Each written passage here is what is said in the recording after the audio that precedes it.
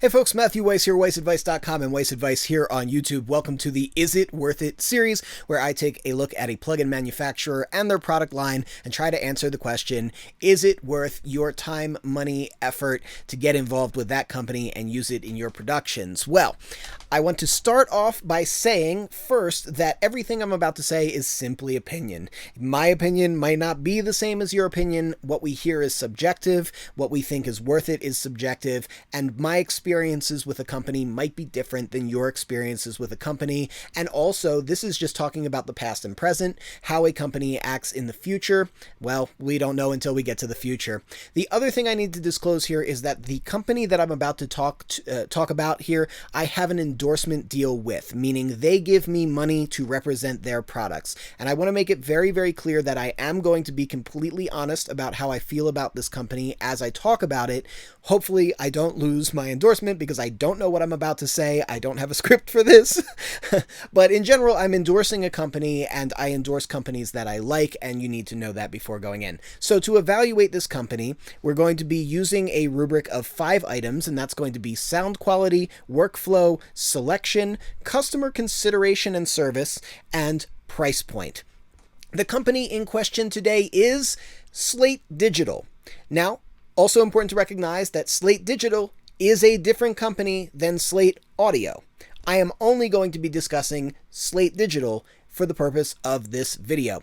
Okay, let's get going. So let's start with sound quality, right? When we think about whether or not we want a product, the very first thing that comes to mind is sound quality. Does it sound good? Well, I'm going to answer that before giving my little rating here by going into the Slate Central, their little hub for Slate Connect, their hub for downloading and installing products here. I recently did a factory reboot of my computer, and I had to start installing things one at a time. So I can simply point out what I started installing, and that'll show you what I think of the quality that's there.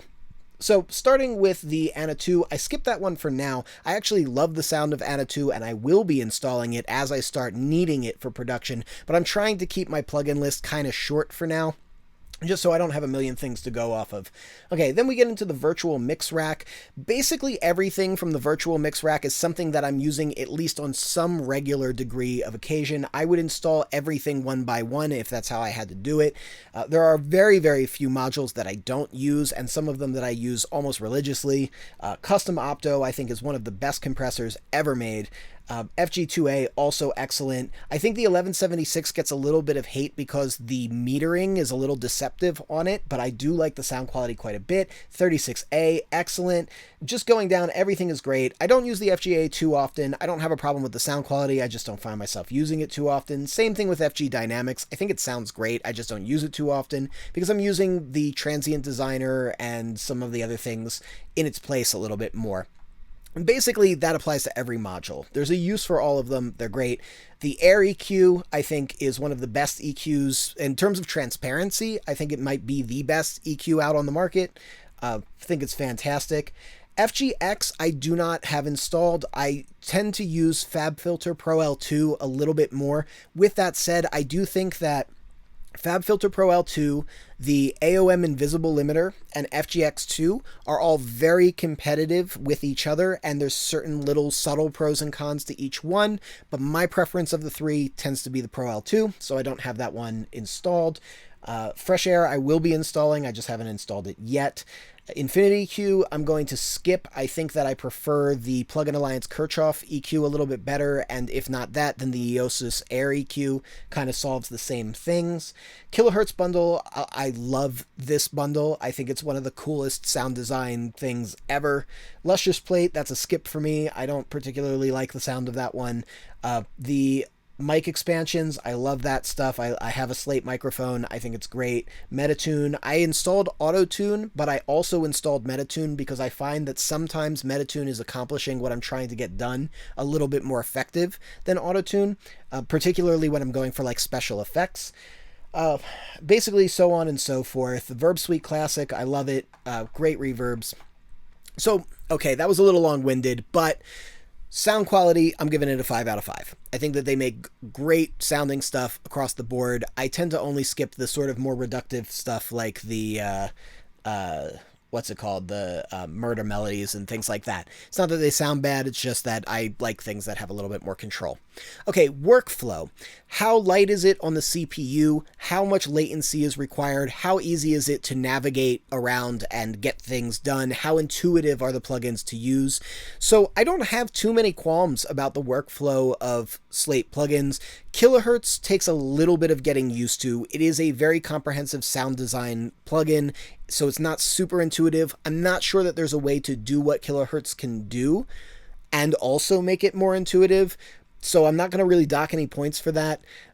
The other thing that I don't like, and this is the subtlest, dumbest thing to complain about, but I hate that the virtual mix rack defaults to having all of those modules when you first install it. And you have to reset what the default is, because I really prefer just starting from a blank slate. But those are really my only two complaints as far as workflow goes. In terms of, being light on CPU, all the plugins are pretty darn light on the CPU. You can usually stack them up pretty heavily, with the exception of maybe FGX2. But then you don't use that anywhere really except for the master bus too frequently.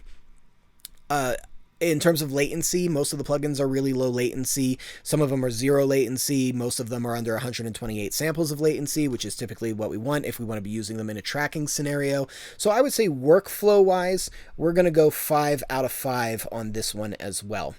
All right, selection. So selection is if I was limited only to the Slate bundle, or I subscribe to Slate and I could only use their products, would I be able to make a commercially viable upper echelon sounding mix or recording without having to do like all sorts of crazy workflow backflips and making exceptions and doing crazy stuff? I think the general answer to that is yes. I will say that I do wish the selection of plugins went a little bit deeper than where it's at. I think the big sore thumb that's standing out is like a really, really great sounding multi-band compressor. They do have MoTT and they do have multi-band compression available in kilohertz. That said, I wouldn't necessarily go to either of those right off the bat. If I was looking for multi-band compression, I would want something that's going to be a little bit smoother sounding, but that's really the only place where I can kind of harp on it and say, I wish this was maybe a little bit better. In terms of everything else, I think that the collection is really pretty thorough.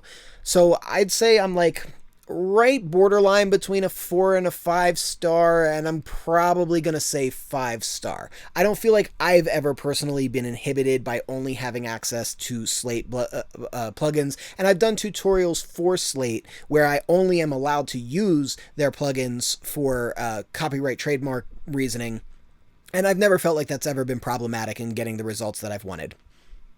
Okay, customer consideration and service. The reason I endorse Slate, number one reason that I endorse Slate Digital, is because their customer consideration and service is unparalleled. Whenever I've had an issue and I've needed to talk to somebody from customer service, I get a response from like within an hour. It's so fast. I had an emergency situation where there was a problem with the laptop. We couldn't access anything.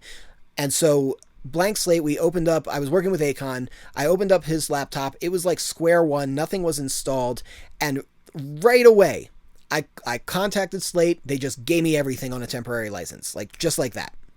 And I don't think any other company would do that. Now, I do have to put the disclaimer there that might be because they know who I am and I have an endorsement situation. But I think the fact that, I'm not a huge content creator. I've got 10K subs on my channel here. But the fact that they regard me as being so important does speak to the mentality that they have. I also have been in their Facebook group for a long time. And I just know from the interactions that they've had with the customers that they do put the customers first. The only little hang up is sometimes it takes longer for them to actually get plugins released to market than what they say. There's a pretty long-standing history. The joke is Steven's late because Slate Digital products sometimes have taken a little bit longer to get to market than they've hoped. I don't really hold that against them. So I would say that for customer consideration service, my experience has been absolutely a 5 stars out of 5. I'd give them a 6 if that was part of the imaginary rules that I've made up, but we're going to go with 5. Okay, price point. So price point, I think, is really good. we're going to pop on over here. I do have a small gripe, a little bone to pick. Slate is really pushing the subscription model. Subscription models are generally more beneficial for a company's bottom line. So if you go on the website itself, you will not find a place to download and purchase to own. That doesn't mean that you can't do it. You can go and look at like Sweetwater or something like that, and the plugins are priced fair. Generally kind of like the upper middle of the market here, with most plugins being priced around $150, going up as high as maybe $300. I think $300 starts to get a little on the high side. So I think that the purchase price point is okay. I wouldn't exactly say that it's great. The subscription price point I think is fantastic. $150 a year is better than the competition by like $100. So, and that's pretty significant. So, I mean, this is one of those things where resubscribing at this price point is not too difficult, I think, for anybody at any level. So for the price point of the subscription, I think that it's excellent. If we average the for purchase, which is okay, I'd call it like 3-star, and the subscription, which I would call great, at like 5-star, I would say the price point's like 4-star, as a very made-up number that I'm associating with a very made-up rubric. But let's get to the bottom line. Is it worth it? Look, I would not endorse this company if it wasn't. It's a very easy yes in that regard. I think that between the quality of the products that they make and the way that they put their customers first, Slate Digital is a no-brainer. You are not making a mistake by subscribing with those guys. All right, let's wrap up there. If you have a different experience with Slate, put it down in the comment section, because again, I endorse this company and I can only talk about my experiences. They might not be the same as yours. Likewise, if you've had success with this company, if there are things that you really enjoy about this company and you'd just like to co-sign my opinion here and not make it sound like I'm shilling, then by all means jump into the comment. I promise I'm not. Then jump into the comment section and leave your experiences as well. Let's wrap this up here. If you dig this video, hit that like button. If you want to catch more videos like this, hit subscribe with the bell notification so you get notified. And you know what we say here at WeissAdvice. We are musicians, sound is our instrument, and I will catch you next time.